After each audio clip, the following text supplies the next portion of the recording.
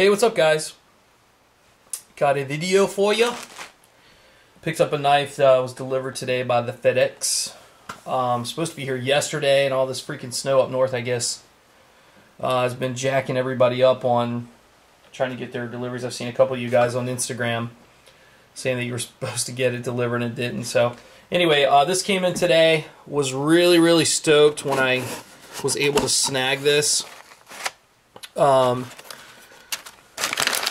And I'm really anxious to check it out and see what it's like. These guys make really great knives anyway, but this one's a little bit different for me. So obviously you can tell by this and probably by reading the thing that it's a Direware. And we'll go over what it is really quick.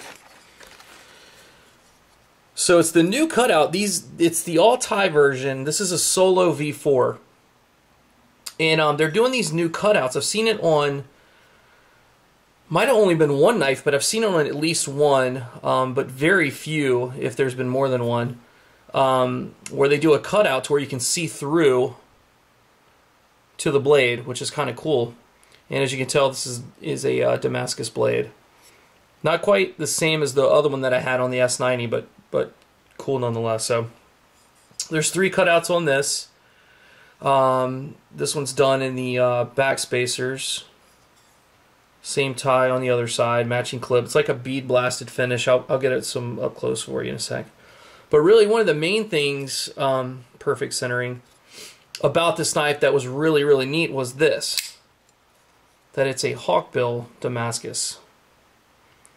And I wasn't really sure about the Hawkbill when I saw it, but man, this looks really cool. There was another Hawkbill that was for sale on USN that I tried to snag, and it was in the plain blade, but it had a Hawkbill, and it looked just awesome, and I couldn't get to it in time. Somebody else grabbed it from me. But as you can see, these scales go through. You can actually see through to the other side. So really neat how he's done this. Let me see my hand through the whole thing on the other side. So again, the bead blast finish. It's probably going to show some wear pretty good, but looks awesome nonetheless. But check that blade out, my God. I mean, I'm just blown away. I've never seen this pattern be this straight before. You know, you see Damascus, usually it's wavy, all kinds of crazy stuff. I mean, this is a difficult process in general. It's a lot of layers, and to come out like it did, it just looks really great. The etching work to get it to shine like that looks awesome too. So you can see how it's a little bit wider, thicker up top, thinner, really tight lines going through the blade there, and then back to the same pattern on this side. Looking on the top where the jimping is, you can see it all the way through as well. Check that out. It goes to the end of the blade, kind of V's to where it's just amazing. Really blown away by the way this turned out. It flips great. Super smooth. Really fast, actually. Really smooth. Imagine this is probably guillotine-ish. Yeah. So you definitely want to put your finger in there. And really sharp. This hollow grind on this thing is really tight. Comes down to a super thin point. So the sharpness is more easily obtained than on some of the thicker versions of his knives. But I mean, you can see the grind, how it comes down to a pretty thin point. So anyway, really stoked. Very excited to get this. I feel like I scored big time, and been kind of missing my Direwares. I sold them both. Really was, I would have kept the other Damascus blade that I had before, if it were a flipper. I just prefer flippers. And as you guys know, and I don't know why it doesn't focus like that. As you guys know, I suck at the thumb flick thing. So flippers make it easier for me. But the cool thing about this was I like the fact that it's a solo. As you guys know, I like bigger knives.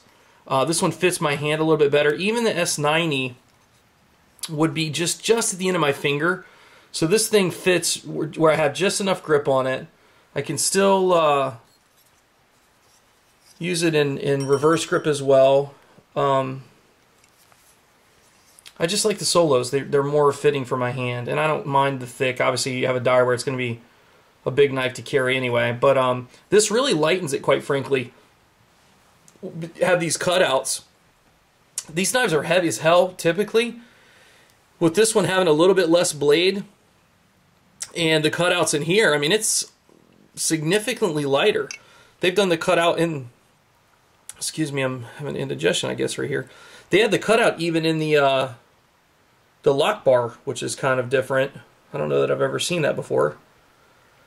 Yeah, it makes the knife a lot lighter. So you got 3 cutouts on this tie scale and 2 cutouts on this tie scale.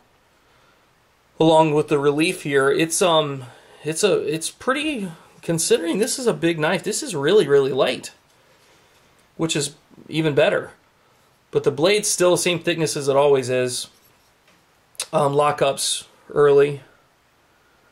Well, not super early, probably about 40% or so. Even the Damascus on the flipper tab just looks awesome.